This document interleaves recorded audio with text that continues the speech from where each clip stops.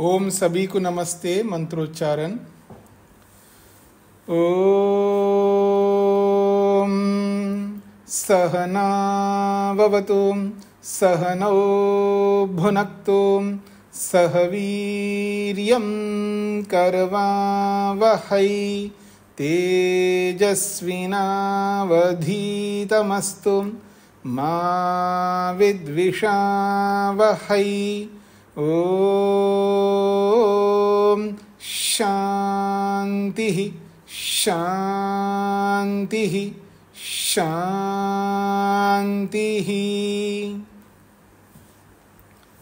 वैशेषिक दर्शन की कक्षा संख्या 23 है।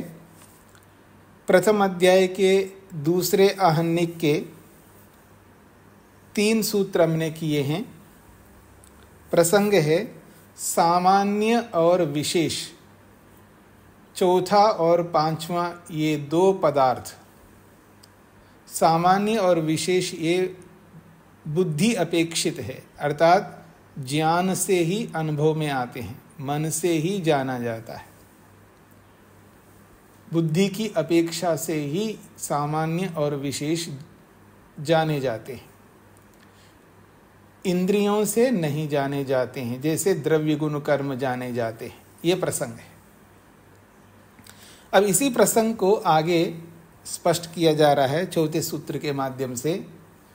ये जो सामान्य है और ये विशेष है, किस तरह हम इनको सामान्य समझे और किस तरह इनको विशेष समझे, इसका विस्तार सूत्रकार स्वयं आगे कर रहे हैं। शेखर जी। प्रणाम स्वामी जी। जी। तो हम मठ के घड़े को विशेष मानते हैं, मिट्टी को सामान्य मानते हैं। अब घड़े को हम मतलब इंद्रियों से भी, आंखों से भी देख के उसके घड़े का अनुमान है, और बुद्धि से भी एक वो घड़ा है। तो मतलब ये जो आप कह रहे हैं कि वो बुद्धि से जाने जाते हैं विशेष, और लेकिन दूसरे इंद्रियों से, द्रव्य आदि इंद्रियों से जाने जाते हैं, मतलब वो थोड़ा सा मुझे समझ नहीं आ रहा। हाँ, तो अभी बता देता हूँ। देखिएगा, मिट्टी से घड़े को विशेष समझ रहे हैं, लेकिन जो विशेषत्व है वो इंद्रिय से दिखता नहीं ना। आप मन से जान रहे हैं, हाँ ये विशेष है। दिखाई देने वाला क्या है? द्रव्य दिखाई दे रहा है, उसके गुण दिखाई दे रहे हैं इंद्रियों से। अब उसमें जब कोई क्रिया होती है तो वो दिखाई दे रहा है, लेकिन उस घड़े में जो विशेषत्व है वो इंद्रिय से दिखाई नहीं देता है। ये तो विशेषत्व तो घड़े में भी स्वामी जी, घड़ा है वो इंद्रियों से हमें घड़े के रूप में दिखाई दे रहा है। बुद्धि मतलब हर एक चीज में बुद्धि तो काम ही कर रही है। नहीं, देखिए, बुद्धि तो सब जगह काम करता, ज्ञान तो सब जगह काम कर रहा है। यहाँ जो प्रश्न है कि एक घड़े को आप मत देखिएगा, 10 घड़े हैं और 10 घड़ों में सामान्यत्व है, सामान्य है, मतलब घटत्व सामान्य है। तो वो घटत्व जिसको आप बोल रहे हो, वो घटत्वपन जो है वो दिखाई नहीं देता है। आपको मान रहे हैं कि बुद्धि में कि यहाँ इसके अंदर घटत्व है, उसको ज्ञान पूर्वक, मतलब वो फीलिंग है, यूं कहिएगा, वो ज्ञान मात्र है जिसको मन से समझ रहे हैं। जो दिखाई देने वाला है एकदम साक्षात दिखाई दे रहा है ना, वस्तु तो साक्षात दिखाई दे रही है। द्रव्य इंद्रिय गोचर है। जैसे मैं आपको बता देता हूँ, सुख है, दुख है, वो तो मैं मान रहा हूँ, ये आदमी हंस रहा है तो सुखी है। पर जिसको आप सुख कह रहे हैं, वो सुख को कहाँ से फील कर रहे हैं? इंद्रिय से नहीं कर रहे ना। इंद्रिय से सुख को फील नहीं कर रहे हैं, आप मन से फील कर रहे हैं। तो जैसे सुख को और दुख को आप मन से फील करते हो, ऐसे ही जो सामान्यत्व है, विशेषत्व है, वो भी मन से फील करते हो। इसलिए बुद्ध्यपेक्ष कहा है यहाँ पर। जी, तो स्वामी जी मिट्टी को भी ऐसे, एक मिट्टी ले लेंगे, एक कण ले लेंगे। एक मिट्टी का कण है, एक मिट्टी है। देखिए, मिट्टी का कण भी दिखाई दे रहा है और घड़ा भी दिखाई दे रहा है ना, ये सब दिखाई देने वाले। आप जो है, आपकी जो समस्या आ रही है, वो सामान्य को और घड़े को अलग नहीं देख रहे। अब योग दर्शन, सांख्य दर्शन में जा रहे हैं। जैसे गुण गुणी को अलग नहीं देखना है ना, तो आप अलग नहीं देख रहे, सामान्यत्व को घड़ा से अलग नहीं देख रहे आप, इसलिए आपको समस्या आ रही है। अगर सामान्य को घड़े को एक मानेंगे तो कोई आपत्ति नहीं है, आप जो कह रहे हैं वो मैं मान लूंगा, लेकिन हम योग दर्शन सांख्य दर्शन के हिसाब से नहीं सोच रहे हैं ना। हमको घड़े को अलग पदार्थ रख रहे हैं, गुण को अलग पदार्थ रख रहे हैं, कर्म को अलग पदार्थ रख रहे हैं, ऐसे सामान्य विशेष और समवाय इन सबको अलग अलग पदार्थ मान रहे हैं। तो अब जब अलग पदार्थ है, उस अलग पदार्थ को आप कैसे अनुभव कर रहे हैं? तो कह रहे हैं बुद्धि से अनुभव कर रहे हैं। जी जी, ये इसका तात्पर्य है। जी जी जी स्वामी। अब कुछ आ गए ना क्लियरिटी? जी जी, ऐसा समझ में आ रहा है। जी थोड़ा सा सूक्ष्म दृष्टि से देखता हूँ। जी जी जी। तो वही है यहाँ, क्योंकि सामान्य को एक अलग पदार्थ माना है, विशेष को अलग पदार्थ माना है, ऐसे द्रव्य को छोड़ करके बाकी पांचों पदार्थ अलग ही पदार्थ हैं। और वैसे अब सांख्य और योग में जाएंगे तो एक ही पदार्थ है, ना गुण अलग है ना द्रव्य अलग है। जिसको आप गुण कह रहे हो वही द्रव्य है, जिसको द्रव्य कहते हैं वही गुण है, दोनों एक ही चीज है, वह अलग नहीं देखा जा रहा है। तो सांख्य योग अलग नहीं देखता, एक ही वस्तु के रूप में ही देखता है वहां पर। इसलिए पुरुष की चेतनता वहां उदाहरण दिया, आत्मा की चेतनता। अरे चेतनता ही आत्मा है और आत्मा ही चेतनता है, फिर आत्मा की चेतनता ऐसा क्यों बोल रहे हो आप? वहां एक ही देखते हैं। तो ऐसा यहां नहीं देखा जा रहा, यहां सबको अलग अलग माना जा रहा है। इसलिए ये बात कहना चाह रहे हैं, ये बुद्धि अपेक्ष है, सामान्य और विशेष। और ऐसा ही समवाय भी ऐसे ही आपको आगे समझ में आ जाएगा। तो आगे बढ़ रहा हूं जी मैं। तो ये जो सामान्य और विशेष ये बुद्धि से जाने जाते हैं, ये कैसे जाने जाते हैं बुद्धि से, इसको विस्तार से सूत्रकार चौथे सूत्र में बता रहे हैं। पृष्ठ संख्या 41 है। तद बुद्धि अपेक्षम कथम इति स्वयं प्रदर्शयति आचार्यः। तद बुद्धि अपेक्षम, तद का मतलब तद सामान्यम विशेषम, वो जो सामान्य और विशेष है, तद सामान्यम विशेषः, वो जो सामान्य और विशेष है वो बुद्धि अपेक्षम कथम, ये बुद्धि की अपेक्षा से कैसे जाना जाता है, इति इस बात को स्वयं आचार्य प्रदर्शयति, स्वयं आचार्य जो है दिखा रहे सूत्र के माध्यम से। भावो अनुवृत्ते एव हेतुत्वात् सामान्यम एव, ये सूत्र है। भावो अनुवृत्ते एव हेतुत्वात् सामान्यम एव, अनुवृत्ते एव हेतुत्वात्, अनुवृत्ति बुद्धेः यद्वा अनुवृत्त बुद्धेः एव हेतुत्वात्। अनुवृत्ति और अनुवृत्ता केवल प्रत्ययों में अंतर है, दोनों शब्दों का अर्थ एक ही है। अनुवृत्ति कहो या अनुवृत्ता कहो, एक ही बात है। अब आपको अनुवृत्ति को बताना चाहूंगा।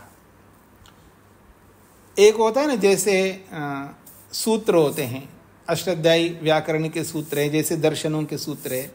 तो एक सूत्र में एक जो शब्द है, जैसे उदाहरण के लिए कारण एक शब्द है, कारण अभावात कार्य अभावा, ये पहला सूत्र है। तो कारण शब्द को दूसरे सूत्र में हम लाना चाहेंगे। जो पहले सूत्र में जो कारण शब्द है उसको दूसरे सूत्र में लाएंगे, फिर उसको तीसरे सूत्र में लाएंगे, ऐसे अनेक सूत्रों में ले जाना है उसको कहते हैं अनुवृत्ति।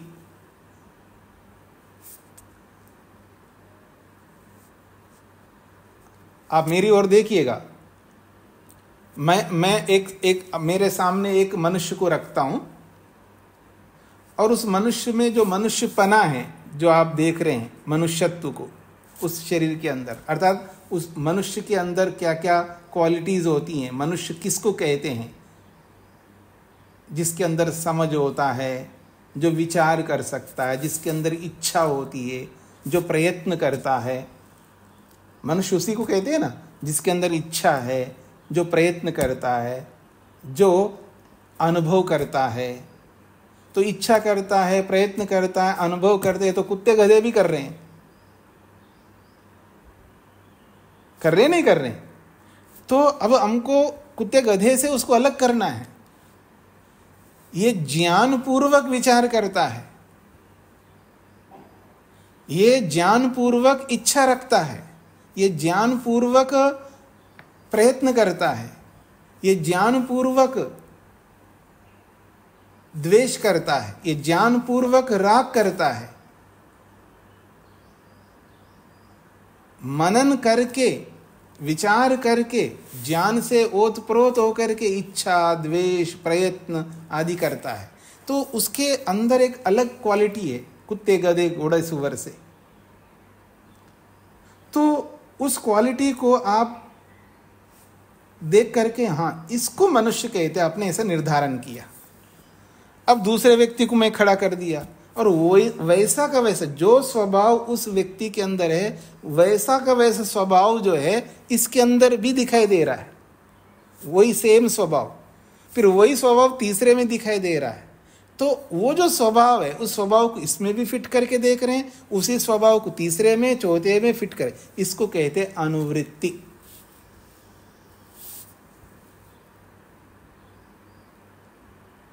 तो कहते हैं अनुवृत्ति बुद्धि है, अनुवृत्ति ज्ञान से, मतलब जो अनुवृत्ति है ना, मतलब जो स्वभाव उसमें है उसी स्वभाव को दूसरे में लाया, तीसरे में लाया, हर चीज में लाया, जिस जिसमें लागू हो रहा है उसमें लागू करते जा रहे हो। तो इस अनुवृत्ति ज्ञान से, या यूं भी कह सकते हैं अनुवृत्त बुद्धि एव हेतुत्वात्। तो इस अनुवर्तन बुद्धि रूपी हेतु से समझ में आता है कि वैसा ही स्वभाव इसमें भी है, 10 में वैसा का वैसा स्वभाव है, तो सब एक जैसे हैं। तो ये जो सब एक जैसे है इसी को कहते हैं सामान्य। हाँ जी, अंजलि जी को क्या कहना है?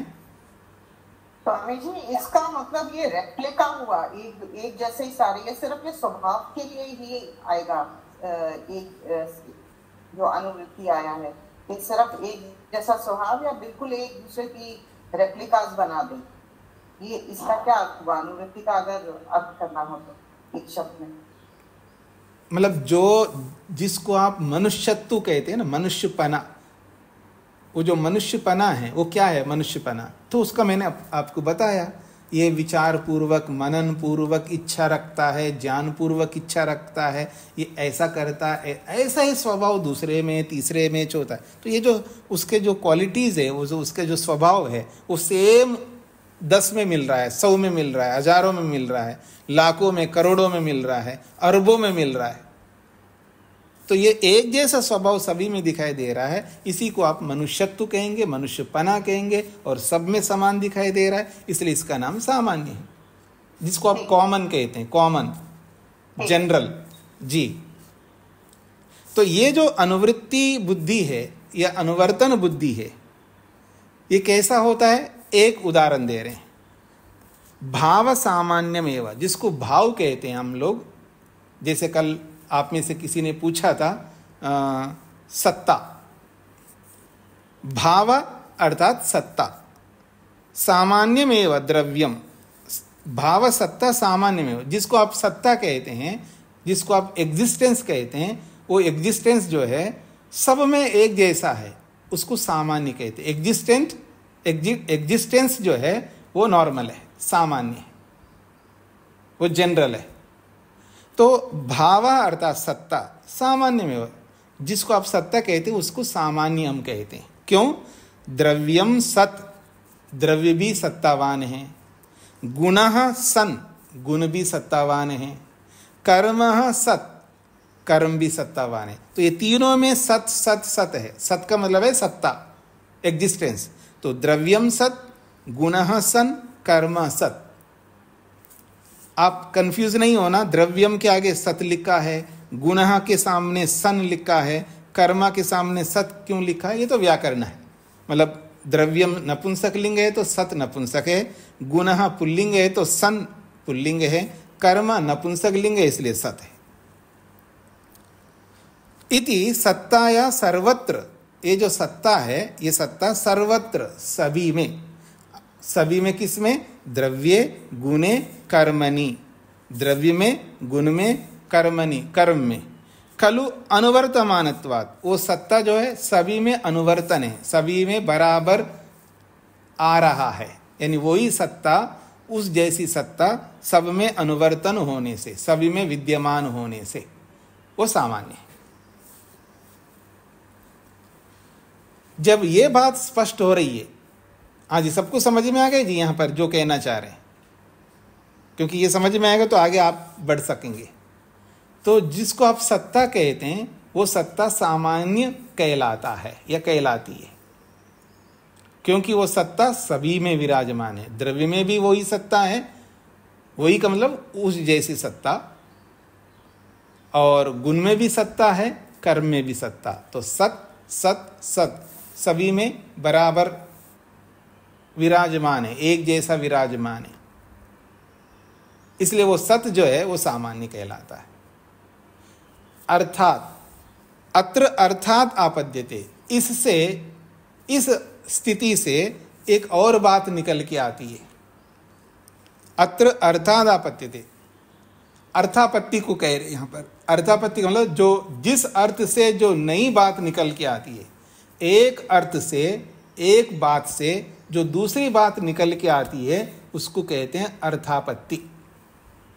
अर्थापत्ति का मतलब है एक बात से दूसरी बात बिना समझे अपने आप निकल के आती है, उसके लिए समझने की आवश्यकता नहीं है।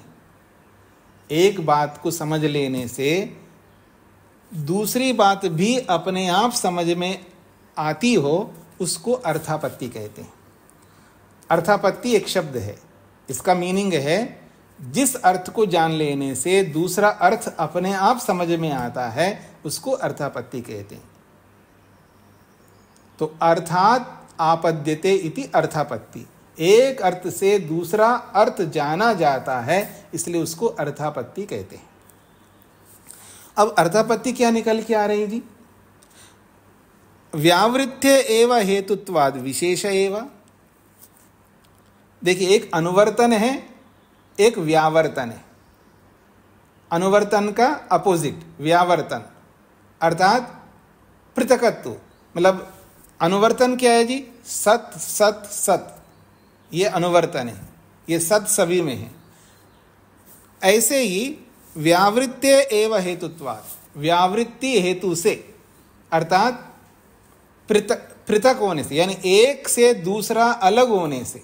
व्यावर्तन का मतलब है जैसा वो है वैसा ये नहीं है, इसको कहते हैं व्यावर्तन, इसको कहते हैं व्यावृत्ति।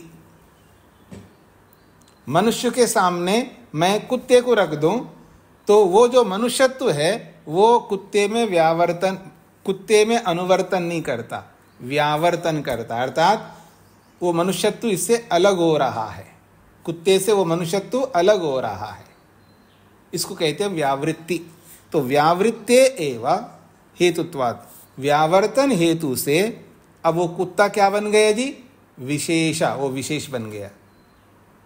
किसकी अपेक्षा से? मनुष्य की अपेक्षा से, क्योंकि मनुष्यत्व कुत्ते में नहीं आ रहा है, इसलिए वो हट गया। व्यावर्तन का मतलब है वो मनुष्यत्व कुत्ते से हट गया, उसमें लागू नहीं हो रहा है। तो इस व्यावृत्ति हेतु से, इस व्यावर्तन हेतु से वो कुत्ता जो है विशेषा एवं, वो विशेष बन गया।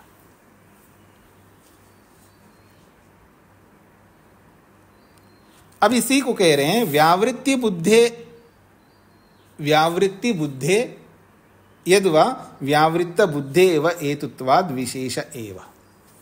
जैसे अनुवृत्ति अनुवृत्ता, वैसा ही व्यावृत्ति व्यावृत्ता। तो पृथकत्व बुद्धि से, व्यावृत्ति का मतलब है पृथकत्व बुद्धि से। किसकी अपेक्षा से पृथकत्व है? मनुष्य की अपेक्षा से, कुत्तापन पृथक होने से। तो व्यावृत्ति बुद्धि से कहो या व्यावृत्त बुद्धि से, तो व्यावृत्ति बुद्धि या व्यावृत्त बुद्धि रूपी हेतु से ही वो कुत्ता जो है विशेष एवं, विशेष बन जाएगा मनुष्य से। यहां तक स्पष्ट हो गया जी सभी को?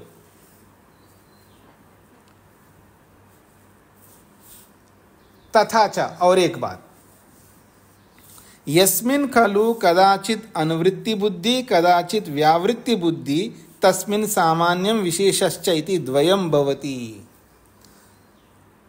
स्वरूपम स्वरूप ज्ञानम वा। तथा च, एक और बात है। क्या और बात है?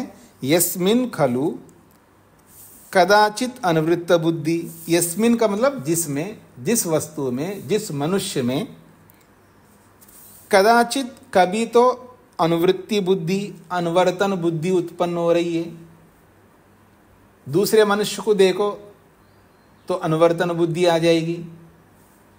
कदाचित व्यावृत्ति बुद्धि, और कभी तो व्यावृत्ति बुद्धि उत्पन्न होती है, क्योंकि उसके सामने कुत्ता आते ही व्यावृत्ति बुद्धि आ जाएगी। मनुष्य के सामने मनुष्य आ जाएगा तो अनुवृत्ति बुद्धि उत्पन्न हो जाएगी, और मनुष्य के सामने कुत्ता आ जाए तो व्यावृत्ति बुद्धि आ जाएगी मनुष्य में। तो तस्मिन, उस एक ही मनुष्य में, सामान्यम विशेषश्च इति द्वयम स्वरूपम भवति, या द्वयम स्वरूप ज्ञानम वा भवति। पंक्ति को समझना है जी आप लोगों को। पंक्ति से समझने से पहले आप मेरी ओर देखेंगे। देख रहे हो ना मेरे को? मेरे को देखो, मैं मनुष्य हूं या गधा हूं? मनुष्य हूं, इतना तो आप मानते ही हैं, गधा नहीं हूं। ठीक है, तो मेरे को देख करके आपके अंदर एक अनुवृत्ति बुद्धि उत्पन्न हो गई। जैसा मैं मनुष्य हूं वैसे ही सामने वाले मनुष्य हैं। अनुवृत्ति बुद्धि उत्पन्न होगी ना मेरे को देख करके। मेरे बगल में गधा को खड़ा कर दिया मैंने, मेरे बगल में गधे को खड़ा कर दिया। अब गधे को खड़ा करते ही एक बार मेरे को देख करके अनुवृत्ति बुद्धि उत्पन्न होगी, समझ में आ गया? और एक बार गधे को देख करके मेरे में व्यावृत्ति बुद्धि उत्पन्न हो जाएगी। ये समझ में आ रहा है आप सबको? एक ही वस्तु में अनुवृत्ति बुद्धि उत्पन्न होगी, और एक ही वस्तु में दूसरे को देख करके, दूसरे की अपेक्षा से व्यावृत्ति बुद्धि उत्पन्न हो जाएगी।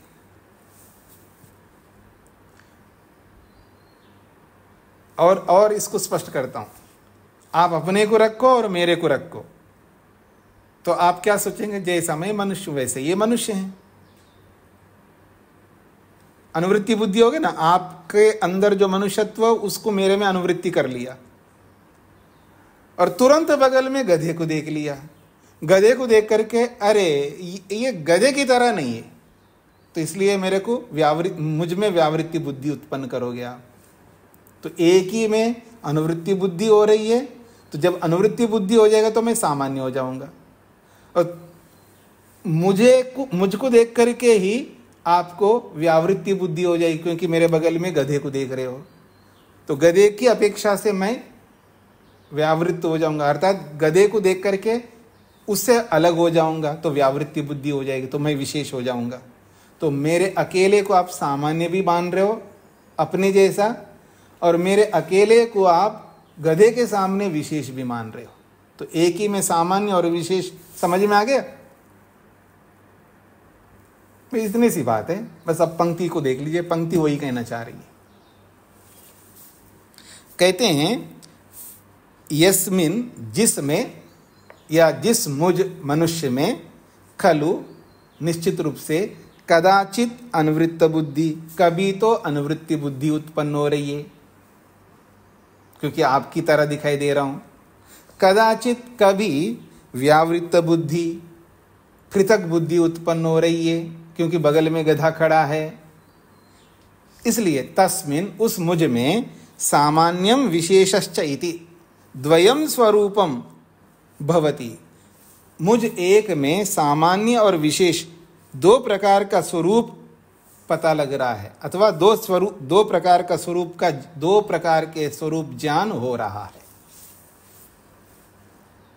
हाँ जी, यहां तक समझ में आ गई सभी को? आगे बढ़ूं? यथा, अब उदाहरण दे रहे, मैंने तो अपना उदाहरण आपके सामने रखा, अब भाष्यकार स्वयं उदाहरण दे रहे। यथा, जैसे कि व्यक्तिषु खलु द्रव्येषु, द्रव्य रूपी व्यक्तियों में। अब मेरी ओर देखिएगा, व्यक्ति इकाई को कहते हैं, व्यक्ति इकाई को कहते हैं। कोई भी उसको व्यक्ति, जैसे एक द्रव्य वो व्यक्ति है, एक गुण वो भी व्यक्ति है, एक कर्म वो भी व्यक्ति है। व्यक्ति समझ में आ रहा है? व्यक्ति का मतलब मनुष्य ही नहीं समझना, व्यक्ति का मतलब कोई भी व्यक्ति। ये एक व्यक्ति है, मोबाइल एक व्यक्ति है, ये पेंसिल एक व्यक्ति है। व्यक्ति का मतलब इकाई। यहां तक स्पष्ट हो गया जी? समुदाय में बहुत सारे व्यक्ति होते हैं और व्यक्ति का मतलब एकमात्र वस्तु, इकाई। तो कहते हैं यथा व्यक्तिषु खलु द्रव्येषु, द्रव्य रूपी व्यक्तियों में द्रव्यत्वम, द्रव्यत्व है। मान लीजिएगा 100 द्रव्य है तो 100 द्रव्य रूपी व्यक्ति है, एक एक इकाई मिलकर के 100 व्यक्ति हो गए। तो 100 व्यक्ति रूपी द्रव्यों में क्या है जी? द्रव्यत्व है, द्रव्यपना है। 100 गुण रूपी व्यक्तियों में गुणत्व है। 100 कर्म रूपी व्यक्तियों में कर्मत्व है। तो द्रव्यत्व भी सामान्य, द्रव्यों में द्रव्यत्व सामान्य है, गुणों में गुणत्व सामान्य है, कर्मों में कर्मत्व सामान्य है। यहां तक स्पष्ट हो गया जी सभी को? साथ साथ चलना होगा आप सबको।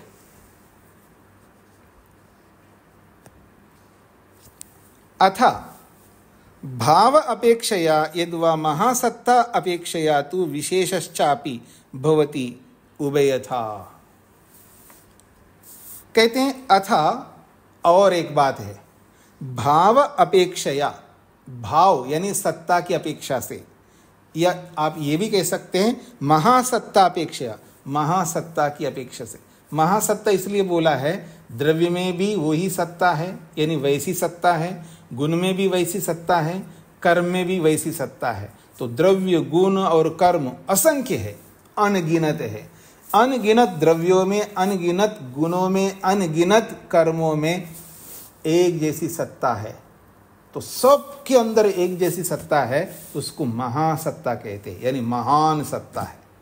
ये सबसे बड़ी सत्ता है, इसलिए उसको महासामान्य कहते हैं, क्योंकि सबके अंदर एक जैसा है, इसलिए उसको महासामान्य कहो या महासत्ता कहो, एक ही बात है।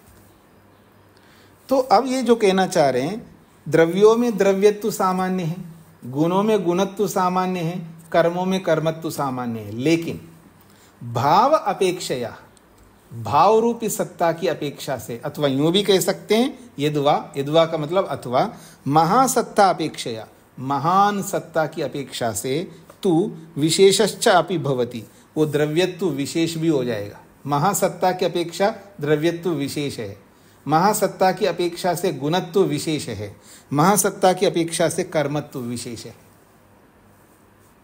इसलिए उभयथा भवति, वो दोनों प्रकार से होता है।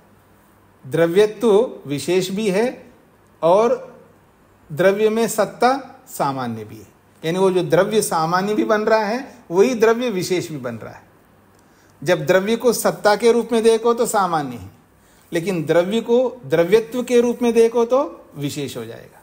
गुण को सत्ता के रूप में देखोगे तो सामान्य हो जाएगा, गुण को गुणत्व के रूप में देखोगे तो विशेष हो जाएगा। कर्म में सत्ता देखो तो सामान्य हो गया वही कर्म, और उसी कर्म को आप कर्मत्व के रूप में देखो तो विशेष हो जाएगा। तो एक ही वस्तु सामान्य भी है और विशेष भी है। उभयथा भवति, दोनों प्रकार से होता है। हे भगवान, समझ में आ गया जी सबको? सबको क्लियर हो गया? किसी को नहीं समझ में? हाँ ममता जी। जी स्वामी जी नमस्ते। स्वामी जी ये लाइन मुझे समझ में नहीं आता। अर्थ भाव अपेक्षा यत वा महासत्ता अपेक्षा, तो ये लाइन ये कहते हैं भाव की, भाव रूपी सत्ता को, भाव रूपी सत्ता की अपेक्षा करके द्रव्यत्व विशेष हो जाएगा, और उसी भाव रूपी सत्ता को दूसरे शब्द से बोले, यद्वा कह करके बोला है महासत्तापेक्षया। तो भाव अपेक्षया कहो या महासत्तापेक्षया कहो, एक ही बात है, दोनों के एक ही मीनिंग है। तो सत्ता की अपेक्षा से तो वो विशेष बन जाएगा, द्रव्यत्व, गुणत्व, कर्मत्व, क्योंकि द्रव्यों में द्रव्यत्व ही रहेगा, गुणों में द्रव्यत्व नहीं रह सकता, कर्मों में द्रव्यत्व नहीं रह सकता। गुणत्व गुणों में ही रहेगा, द्रव्यों में नहीं रह सकता और कर्मों में नहीं रह सकता। कर्मत्व कर्मों में ही रहेगा, द्रव्यों में नहीं रह सकता, गुणों में नहीं रह सकता, इसलिए वो विशेष हो जाएगा। लेकिन इन तीनों में सत्ता एक समान है, इसलिए ये सामान्य, यानी द्रव्यों में जब सत्ता को देखोगे तो द्रव्य क्या बन जाएगा? सामान्य हो जाएगा। गुणों में सत्ता मात्र को देखोगे तो गुण सामान्य हो जाएगा, और कर्मों में सत्ता मात्र को देखोगे तो कर्म सामान्य हो जाएगा। लेकिन उस द्रव्य को द्रव्यत्व के रूप में देखोगे तो वो विशेष हो गए। तो एक ही द्रव्य सामान्य भी बन रहा है, विशेष भी बन रहा है। एक ही गुण जो है सामान्य भी बन रहा है और विशेष भी बन रहा है। ऐसे वो कर्म सामान्य भी बन रहा है, विशेष भी बन रहा है। ये कहना चाहता है ये पंक्ति। अथा और भाव रूपी अर्थात महासत्ता रूपी, महासत्ता की अपेक्षा से उन द्रव्यों को, उन गुणों को, उन कर्मों को देखोगे तो विशेषश्च अपि भवति, विशेष रूप भी बन जाते हैं। उभयता, दोनों प्रकार से, अर्थात द्रव्य, गुण और कर्म ये विशेष भी बनते हैं और महासत्ता की अपेक्षा से देखोगे तो सामान्य भी बनते हैं। इसलिए उभयथा भवति, दोनों प्रकार से होता है। ममता जी, स्पष्ट हो गया? युधिष्ठिर जी को क्या कहना है? युधिष्ठिर जी को क्या कहना है? जल्दी माइक खोलिए। ठीक है। महासत्ता समझ में नहीं आया। महासत्ता जो सब में बराबर रहता है, द्रव्यों में, गुणों में, कर्मों में, उसको महासत्ता कहेंगे या सत्ता कहेंगे? दोनों कह सकते हैं आप। जो व्यापक रूप से रहता है उसको महासत्ता बोला है। जैसे भगवान को हम महान बोलते हैं, क्यों बोलते हैं? वो सब जगह रहता है इसलिए वो महान है। अग्निहोत्री जी, माइक बंद करके रखना होता है, व्यवधान उत्पन्न मत करिए।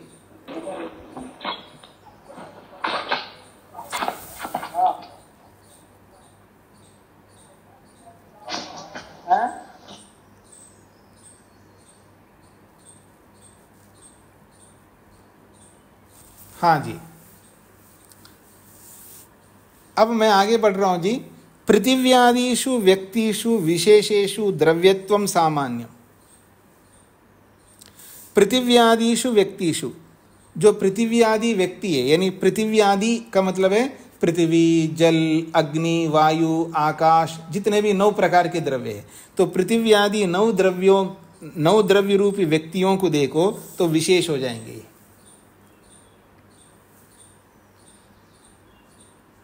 क्योंकि विशेषेषु द्रव्यत्वम सामान्यम, उनमें जो द्रव्यत्व है वो सामान्य है। पृथ्वी आदि 9 द्रव्यों में जो द्रव्यत्व है वो सामान्य है। लेकिन पृथिव्यादयस्तु व्यक्तयो विशेषः, लेकिन केवल पृथ्वी को देखेंगे, बाकी द्रव्यों की अपेक्षा से वो विशेष है। जल को देखोगे तो वो विशेष है। तो एक एक इकाई को देखोगे तो विशेष बन जाएगा, और उन 9 द्रव्यों में द्रव्यत्व को देखेंगे तो सामान्य हो जाएगा। तो कह रहे हैं पृथिव्यादिषु व्यक्तिषु, पृथिव्यादि 9 द्रव्यों को देखो तो उन पृथिव्यादि व्यक्तिषु विशेषेषु, ये पृथिव्यादि जो व्यक्ति है, 9 व्यक्ति है, 9 द्रव्य रूपी व्यक्ति है, ये सब विशेष है, एक दूसरे की अपेक्षा से विशेष है ना। पृथ्वी विशेष है, जल विशेष है, तो 9 द्रव्य अपने आप में विशेष है। पर उन 9 में द्रव्यत्व को देखेंगे तो सामान्य हो जाएंगे। वो 9 के 9 सामान्य हो जाएंगे, द्रव्यत्व को देखेंगे, और एक एक व्यक्ति को देखोगे तो विशेष हो जाएंगे। इसलिए कह रहे हैं पृथिव्यादयस्तु व्यक्तयो विशेषा। पृथिव्यादि एक एक व्यक्ति को देखेंगे तो विशेष है, लेकिन पृथिव्यादि 9 द्रव्यों में द्रव्यत्व को देखेंगे तो सब सामान्य हो जाएंगे। 9 द्रव्य सामान्य भी है और 9 द्रव्य विशेष भी है।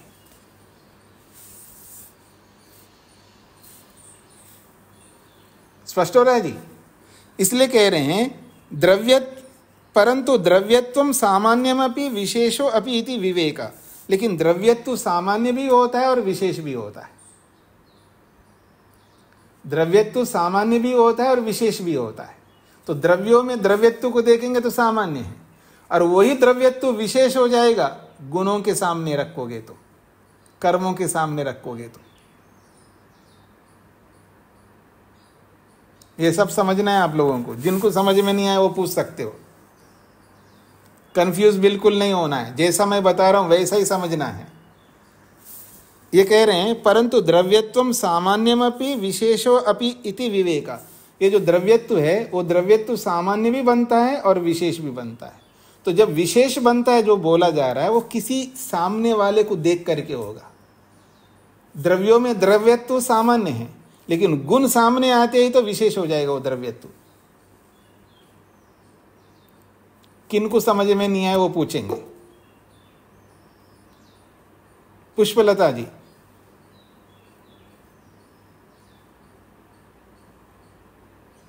अब हाथ खड़ा कर दिया फिर पूछे तो आप बोलते नहीं है, अपना माइक खोलिएगा ना। स्वामी जी मेरा ये कैमरा खराब हो रखा है थोड़ा, तो ये द्रव्यों में द्रव्यत्व और गुणों में गुणत्व और कर्मों में कर्मत्व ये सामान्य है जी जी, ये सामान्य है। और अगर सत्ता की अपेक्षा से देखे जाए तो ये विशेष हो जाएंगे। नहीं नहीं नहीं नहीं, सत्ता को देख करके ये द्रव्यत्व विशेष हो जाएंगे। हाँ द्रव्यत्व विशेष हो जाएगा ना। हाँ जी विशेष हो जाएगा, हाँ विशेष हो जाएगा। ठीक। लेकिन अंत में एक और बात कही पुष्पलता जी कि द्रव्यत्व सामान्य भी है और विशेष भी है। ये जो बोला जा रहा है ना इसका ये अर्थ है द्रव्यत्व सामान्य किस दृष्टि से द्रव्यत्व सामान्य है? सभी द्रव्यों के सामने द्रव्यत्व, हाँ सब द्रव्यों की दृष्टि से, हाँ सब द्रव्यों की दृष्टि से द्रव्यत्व सामान्य है और वही द्रव्यत्व जो है विशेष बन जाएगा गुणों को सामने रखते। नहीं सत्ता नहीं, हाँ गुणों की अपेक्षा रख करके। तो इसका तात्पर्य ये हुआ कि अपन सत्ता की अपेक्षा से और गुण और कर्म की अपेक्षा से द्रव्य को देखें तो वो विशेष बन जाता है। हाँ जी हाँ जी जी। अब जो द्रव्यत्व सामान्य है और सत्ता भी सामान्य है, दोनों में अंतर क्या है जी? द्रव्यत्व भी सामान्य है और सत्ता भी सामान्य है। तो द्रव्यत्व सामान्य तो है लेकिन छोटा सामान्य है और सत्ता सामान्य है लेकिन इसको बोला गया महासामान्य, महासत्ता।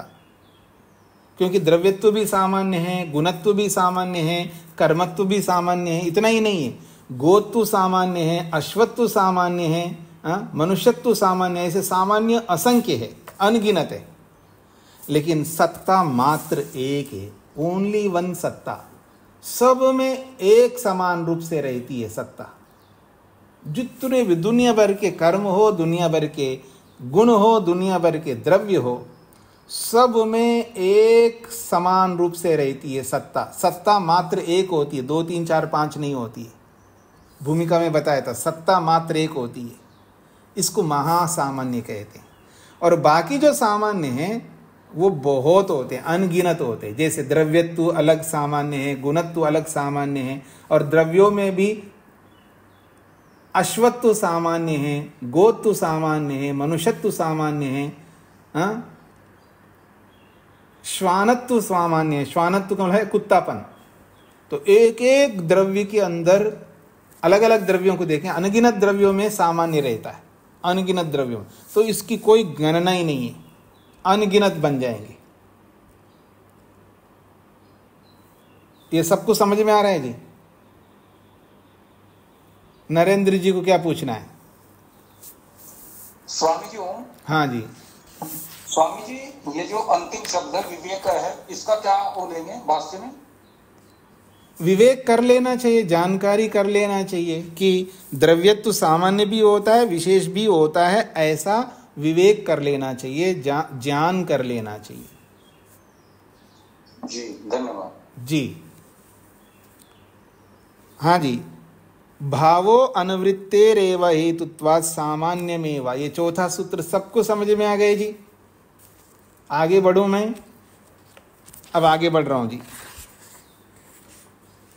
इसी बात को थोड़ा खोल करके सूत्रकार स्वयं बता रहे हैं जी अगले सूत्र में। तदेव विवृणोति आचार्यः। तदेव का मतलब है उसी सामान्य को लेकर के, उसी विशेष को लेकर के, तदेव उसी सामान्य और विशेष को लेकर के आचार्य सूत्रकार विवृणोति विस्तार से थोड़ा बता रहे हैं। क्या है? द्रव्यत्वम गुणत्वम कर्मत्वम च सामान्यानि विशेषाश्च। बहुत सरल है सूत्र, क्योंकि आप पीछे सब समझ चुके हैं, बस केवल यहाँ पर आपको आवृत्ति करनी है। द्रव्यत्वम गुणत्वम कर्मत्वम च सामान्यानि विशेषाश्च। द्रव्यत्व, गुणत्व, कर्मत्व ये तीनों सामान्य भी है और विशेष भी हैं। द्रव्यत्वम गुणत्वम कर्मत्वम च सामान्यानि विशेषाः च। द्रव्येषु द्रव्यत्वम सामान्यम, द्रव्यों में द्रव्यत्व सामान्य है। फिर कहा गुणेषु गुणत्वम, गुणों में गुणत्व सामान्य है। ऐसे ही कर्मसु कर्मत्वम इति, और कर्मों में कर्मत्व भी सामान्य है। इति त्रीणि अपि अनुवर्तनात् सामान्यानि। त्रीणि अपि, ये तीनों, त्रीणि का मतलब है द्रव्यत्व, गुणत्व और कर्मत्व, ये तीनों अनुवर्तनात्, ये तीनों में अनुवर्तन होने से, यानी द्रव्यत्व द्रव्यों में अनुवर्तन होने से, गुणों में गुणत्व अनुवर्तन होने से, कर्मों में कर्मत्व अनुवर्तन होने से सामान्यानि, ये सब सामान्य बन जाते हैं। सामान्यानि भवन्ति, ये सामान्य बन जाते हैं।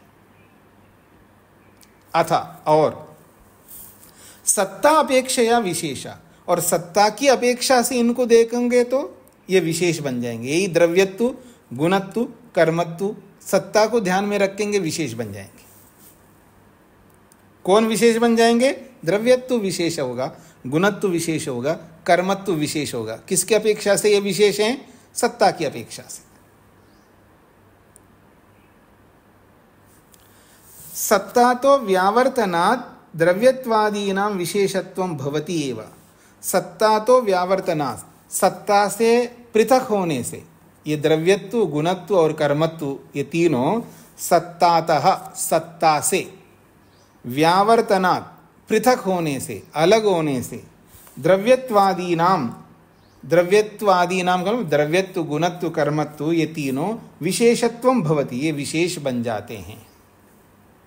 यतः, क्योंकि द्रव्यत्वादिषु अपि सत्ताया अनुवर्तनात्, क्योंकि द्रव्यत्व में भी सत्ता है, गुणत्व में भी सत्ता है, कर्मत्व में भी सत्ता है। सत्ता तो सब जगह रहती है, इसलिए उस सत्ता की अपेक्षा से ये विशेष हो जाते हैं। आगे बढ़ रहा हूं। एवं द्रव्यत्वम, गुणत्वम, कर्मत्वम सामान्य विशेष उभय विध स्वरूपम। इस प्रकार से द्रव्यत्व, गुणत्व और कर्मत्व ये तीनों सामान्य विशेष, सामान्य और विशेष उभय विध स्वरूपम, दोनों स्वरूपों वाले हैं। अर्थात सामान्य स्वरूप वाले भी हैं ये तीनों, और ये तीनों ही विशेष स्वरूप वाले भी हैं। तो ये चौथे सूत्र को थोड़ा खोल करके यहां पर समझाया है सूत्रकार ने। हाँ जी, ये स्पष्ट हो गया जी सभी को?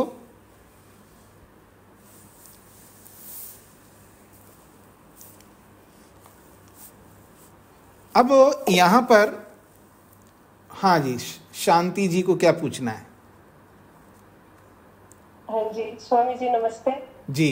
मैं ये कह रही हूँ कि स्वामी फिर पे सत्ता है ना, सत्ता सामान्य ही मानी जाएगी ना? सामान्य से ही मतलब है ना, जैसे सामान्य विशेष में जैसे सत्ता है, द्रव्य में भी, गुण में भी। हाँ जी, सत्ता सामान्य ही कहलाता है। मैंने उसको, हाँ, सत्ता सामान्य ही रहता है, हमेशा सामान्य ही रहता है, वो विशेष नहीं बनता है। ठीक हो गया? ठीक है, ठीक है। हाँ जी, धन्यवाद। महासत्ता कहो, सत्ता कहो, सत्ता मात्र सदा सामान्य रहता है, इसलिए उसको महासामान्य, महासत्ता नाम से बोलेंगे आगे जा करके। और जो बाकी सामान्य हैं, चाहे वो द्रव्यत्व को ले लो, गुणत्व को ले लो, कर्मत्व को ले लो, और द्रव्यों में भी अलग अलग द्रव्य है। जैसे कोई घोड़ा है, कोई गाय है, कोई भैंस है, कोई कुत्ता है, कितने प्राणी हैं जी, असंख्य प्राणी हैं। और असंख्य प्राणियों में असंख्य प्राणी सामान्य बन जाएंगे, क्योंकि एक प्राणी है कुत्ता, वो भी सामान्य है, क्योंकि बहुत सारे कुत्तापन है इसलिए वो सामान्य है। गधा बहुत सारे हैं तो गधापन सामान्य है। मनुष्य बहुत सारे हैं, मनुष्यपन सामान्य है। मच्छर बहुत सारे हैं, मच्छरपन सामान्य है। ऐसे जितने भी प्राणी हो सब सामान्य बनते जा रहे हैं और वो सब विशेष भी बनते जा रहे हैं। सब कुछ क्लियर हो रहा है जी? बहुत बड़ा विज्ञान है जी, ये समझना पड़ेगा। इसलिए एक को समझें तो बहुत सारे समझ में आ जाते हैं। अब इस सामान्य को समझने से मुक्ति क्या कैसे होगी जी आपको? ये जो मुक्ति है, ये सामान्य को समझने से मुक्ति कैसे होगी आपको? अगर ना समझे तो क्या मुक्ति नहीं होगी? ये पता नहीं क्या बोले, सामान्य भी होता है विशेष, ये कोई जरूरी है क्या मेरे लिए? ये जो सामान्य विशेष को जाने बिना मेरी मुक्ति नहीं होगी? बिल्कुल नहीं होगी। यही तो कहना चाहते सूत्रकार। इनके साधर्मियों को, इनके वैधर्मियों को देख करके निश्रेयस मिलता है, बोला है ना? हाँ, पकड़ना है मूल को। इन 6 पदार्थों के सामान्य को और विशेष को, इन 6 पदार्थों के साधर्म्य को और वैधर्म्य को। साधर्म्य का मतलब सामान्य, वैधर्म्य का मतलब विशेष है। तो इन सब के सामान्य और विशेष को जानने से मुक्ति होती, बोला है, याद रखना। ये सासू माँ, वो आप सामान्य हो, मुझ जैसी हो, ये बहु सोचे ऐसा। क्यों जी? हाँ, तो क्योंकि उसमें भी मनुष्यत्व है, मुझ में भी मनुष्यत्व है, दोनों में मनुष्यत्व, दोनों समान है। ये समझना पड़ेगा। और दोनों विशेष भी है। सासू माँ, मैं विशेष हूं तुझसे, ये बहू को समझना पड़ेगा। और सास को भी समझना पड़ेगा, हे बहू तुझसे मैं विशेष हूं, ये भी समझना पड़ेगा। उसके बिना मुक्ति नहीं होगी, ये याद रखना। ये समझना जरूरी है सबके लिए। इतना आसान नहीं है, हम समझते नहीं, इसलिए तो मुश्किल हो रहा है। और ये वैशेषिक दर्शनकार इस तरह बता करके हमको हर वस्तु में विशेषता और सामान्यता को दिखा रहे हैं। तो सामान्य कैसे होते हैं, विशेष कैसे होते हैं, क्यों परेशान होते हो एक दूसरे से, क्यों लड़ते रहते हो एक दूसरे से? लड़ाई बंद करो, समझो एक दूसरे को और मुक्ति को प्राप्त करो। ये तो कहना चाहते हैं यहाँ पर।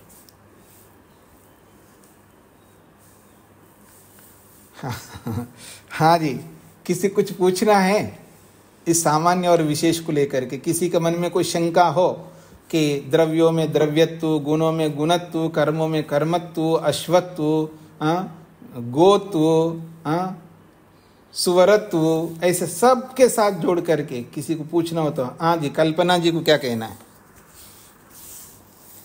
स्वामी जी। हाँ जी स्वामी जी, व्यवहार में कैसे उतारे कि सामान्य भी है हम और विशेष भी है, कैसे समझे इस चीज को? देखो, इच्छा आपके अंदर भी है, आपके सासू में भी, आपके पति में भी, आपके बेटों में भी है। इच्छा तो सभी के अंदर है, तो सामान्य हो जाएंगे। और जैसी इच्छा आपके अंदर है वैसी इच्छा उनके अंदर है। आप दुख नहीं चाहते हो, दुख वो भी नहीं चाहते हैं। आप सुख चाहते हो, वो भी सुख चाहते हैं। वैसी इच्छा है जैसी आपके अंदर है। बस अंतर ये है, विशेष ये है कि आप हलवा खा करके सुख लेना चाहते हैं, आपका बेटा बर्गर खा के शायद सुख लेना चाहता हो।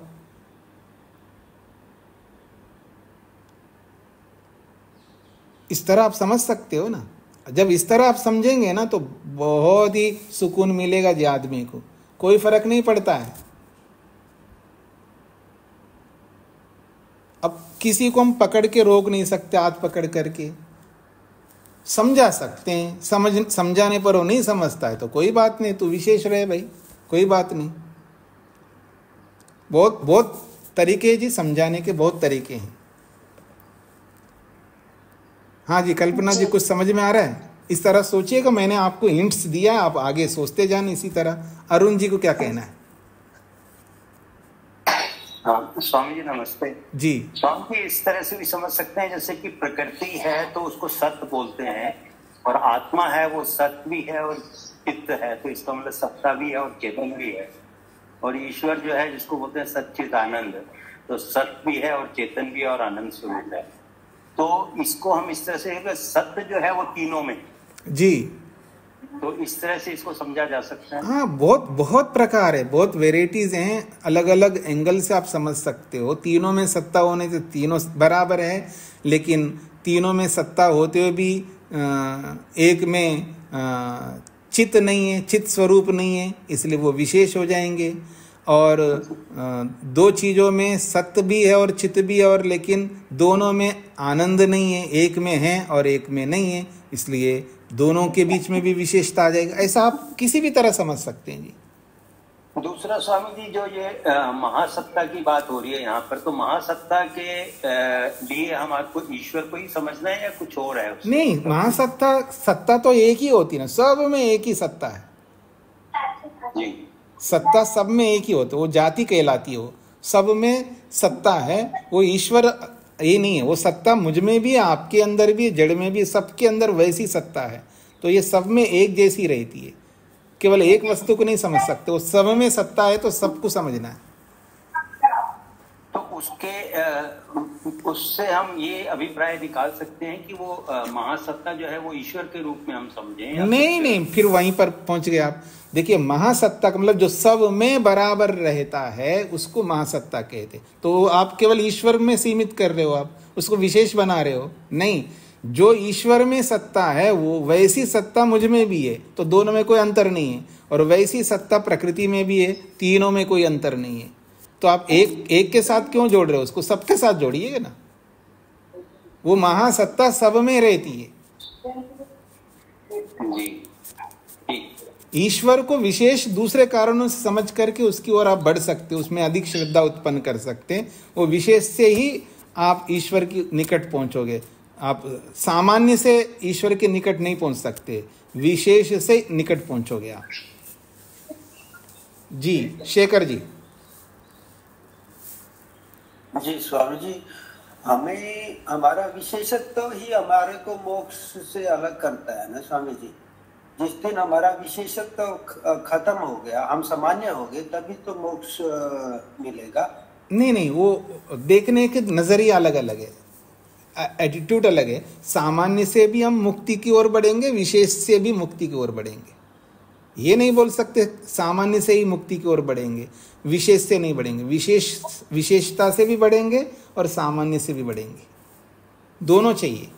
मैं सोचता था कि मतलब मैं अपने आप को किसी भी रूप में विशेष नहीं देखता, आत्मा की दृष्टि से। हाँ, जब मेरे अंदर वो भाव आ जाएगा तो फिर मेरा सब दुखों से छुटकारा मिलेगा मुझे। ये एक पक्ष है, ये जो कथन है वो एक पक्ष है, लेकिन प्रकृति से अपने आप को विशेष रखना पड़ेगा। नहीं रखोगे तो प्रकृति में समा जाएंगे हम लोग। तो दोनों देखना होगा, सामान्य भी देखना है, विशेष भी देखना है। जी जी। शकुंतला जी। नमस्ते स्वामी जी। जी।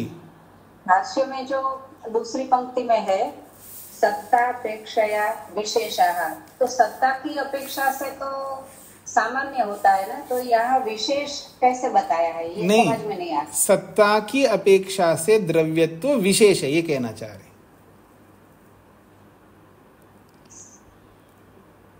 सत्ता की अपेक्षा से द्रव्यत्व विशेष है। जी जी, हाँ। सत्ता की अपेक्षा से गुणत्व विशेष है, सत्ता की अपेक्षा से कर्मत्व विशेष है। अच्छा, और इन तीनों में जो सत्तात्मक वस्तु है वो सामान्य है? वो सामान्य हो जाएगा। तीनों में सत्ता, इसलिए सत्ता सामान्य हो गया। और उस सत्ता की अपेक्षा से देखोगे तो द्रव्यत्व विशेष हो जाएगा। जी जी, जी। युधिष्ठिर जी।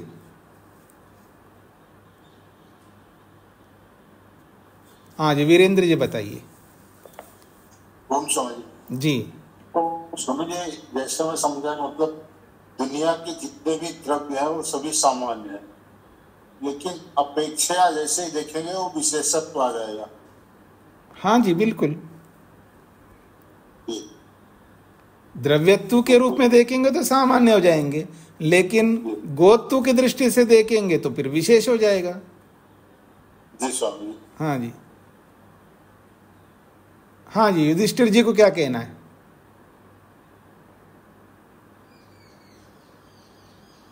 अब दीर्घ सूत्री हैं क्या, इतना समय क्यों लगाते हैं आप? मुझे इस पर जो ये सामने नहीं, आपका इंटरनेट वॉइस ब्रेक हो रहा है, समझ में नहीं आ रहा है। और किसी को कोई प्रश्न करना है जी? द्रव्य मतलब सामान्य और विशेष को लेकर के किसी को भी कुछ पूछना हो, क्योंकि जितना बताए इतना ही नहीं समझना है आपको। इन दोनों को सब जगह व्यापक रूप से आपको लगा के देखना है। हर वस्तु के अंदर घुस करके आपको देखना है कि ये जो वस्तु मेरे सामने है लड्डू, ये सामान्य और विशेष दोनों बन सकता है या नहीं बन सकता है। ये जो मेरा ये जो चश्मा है, ये चश्मा सामान्य और विशेष दोनों बन सकता है नहीं बन सकता है। ये जो मेरी उंगली है, ये सामान्य और विशेष बन सकती है नहीं बन सकती। दुनिया भर के वस्तुओं, गुणों और कर्मों को सामने ला करके आपको देखना होगा, सामान्य और विशेष को। थोड़ा सा समझ करके छोड़ दोगे ना, बाद में फिर परेशानी हो जाएगी आपको। सामान्य और विशेष को व्यापक रूप से आप सबको समझना है। मेहनत करिए, पुरुषार्थ करिए और अपने सामने लाइए उनको, गुणों को, कर्मों को और द्रव्यों को। फिर देखिएगा सामान्य विशेष कैसे सामान्य है, कैसे विशेष है, तुलना करते हुए।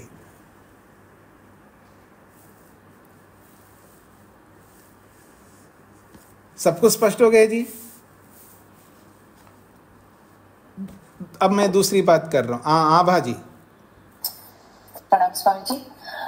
थोड़ा विचार करके अभी जो आया है चिंतन से थॉट, वो ये है कि जो महासत्ता है केवल वो सबसे सामान्य है, सामान्यतम है, और बाकी जितने भी पदार्थ हैं वो सब सामान्य और विशेष दोनों होंगे हमेशा। जी जी जी, हाँ जी। तो मैं दूसरी बात करने जा रहा हूँ। मैंने एक पोस्ट किया था आपके ग्रुप में, जैसा कि आप में से बहुत सारे लोग सहयोग भेजते हैं, क्योंकि यहाँ पर ब्रह्मचारी रहते हैं, बहुत सारे लोग होते हैं, अध्यापक है, ब्रह्मचारी है, बाहर भी गुरुकुल हैं। मेरे को कुछ ना कुछ बहुत लोगों को हेल्प करना पड़ता है, और आपके सहयोग से ही ये गुरुकुल चल रहा है। मैं अपेक्षा यही रखूँगा आप सबसे कि आप अपना अपना सहयोग अवश्य भेजिएगा। जो नहीं भेज रहे हैं वो निश्चित रूप से अपने सामर्थ्य के अनुसार अवश्य भेजिएगा। बिना सहयोग भेजे ना रहिएगा, बिना सहयोग भेजे ना पढ़िएगा, ये मैं आप सबसे आग्रह करना चाहूँगा, क्योंकि आपके कारण से ही यहाँ गुरुकुल आदि सब समुचित रूप से चल पाएंगे। तो इतना ही कहना चाहूँगा। और जो भेजते हैं वो कृपया अपना स्क्रीनशॉट भेजिएगा या मैसेज भेजिएगा। मैं इस तारीख को ये भी, अगर स्क्रीनशॉट भेज नहीं सकते हैं तो उनको कम से कम वो दिनांक, मतलब इस दिनांक को मैंने इतना पैसे भेजे हैं, अगर आप मेरे को सूचित करेंगे तभी मेरे को पता लग जाएगा, नहीं तो पता नहीं लगता। तो ठीक है जी, इसको मैं आज यहीं पर विराम देता हूँ। इनको अच्छी तरह पढ़ करके आइएगा, द्रव्यत्व को, गुणत्व को, कर्मत्व को, सामान्य को और विशेष को, ताकि हम आगे जा कर के बहुत सरलता से आगे बढ़ सकेंगे। ओम शांति शांति शांति।